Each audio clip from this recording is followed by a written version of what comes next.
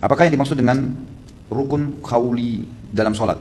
Lalu rukun qauli ini berlaku untuk sholat berjamaah, sholat sendiri atau ketika menjadi imam sholat? Terima kasih Ustaz. Saya tidak tahu ini. Allahu a'lam, mungkin keterbatasan ilmu saya, rukun qauli saya tidak tahu. Ya. الأركان نوعان، أركان قولية وأركان فعلية. هناك أركان قولية وهناك أركان فعلية.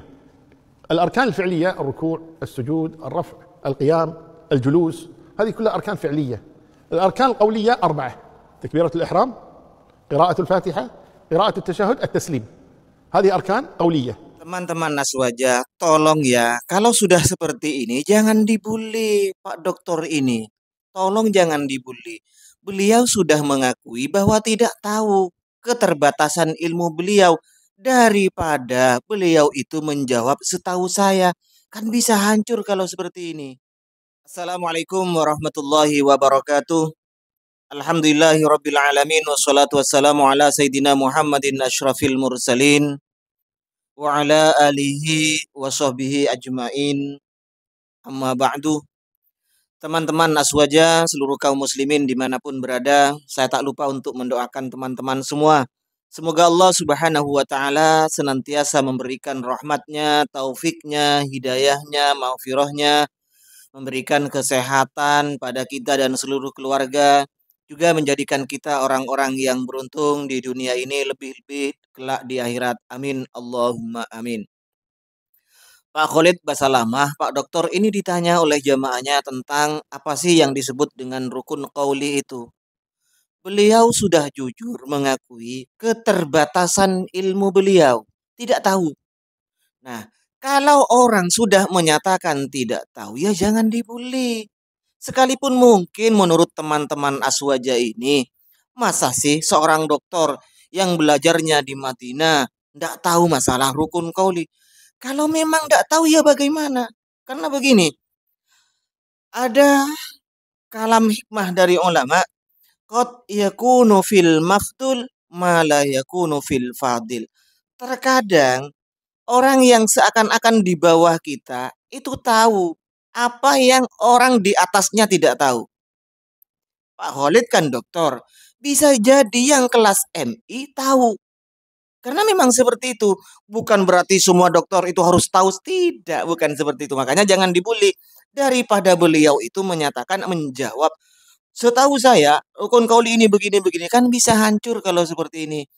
Daripada beliau menjawab seperti yang tempo dulu ditanya bagaimana rukun wudhu itu. Ketika hanya mengusap, membasuh muka, kemudian membasuh kedua tangan, tanpa mengusap kepala dan membasuh kaki.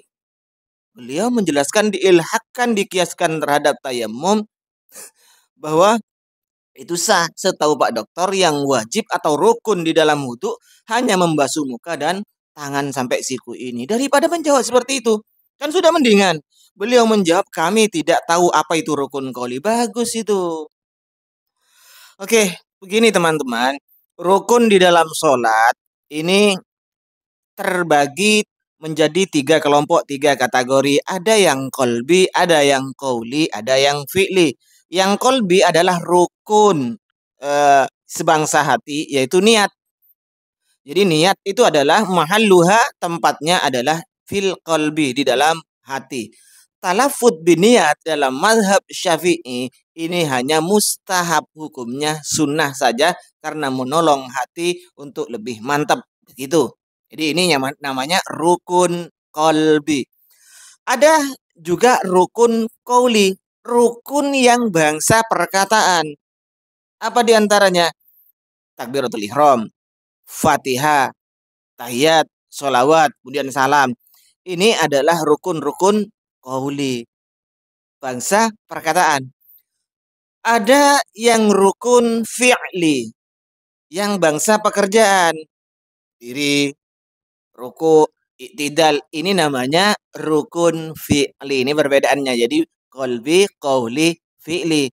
Ketika seorang telah jujur, ditanya tapi tidak tahu, menjawab saya tidak tahu, bagus itu. Ulama-ulama memang seperti itu. Tidak berani berfatwa kalau hanya mengira-ngira. Kalau tidak tahu ilmunya malah dilarang untuk berfatwa. Sekalipun pada akhirnya nanti cocok misalnya dengan kebenaran. Ini tetap tidak boleh. Memang sudah, saya acungi jempol, saya bela sekarang Pak Dr. Khalid Basalamah itu. Jujur ini, kalau tidak tahu, katakan tidak tahu. Bagus saya acungi jempol terhadap beliau. Jadi jangan gengsi dengan gelar dokter apalah, apalah. Tapi kalau memang tidak tahu, ya katakan tidak tahu. Daripada nanti dijawab setahu saya. Begitu ya untuk teman-teman Aswaja, tolong kalau seperti ini jangan dibully lah. Acungi jempol. Kita apresiasi beliau sudah mengakui tidak tahu. Ya,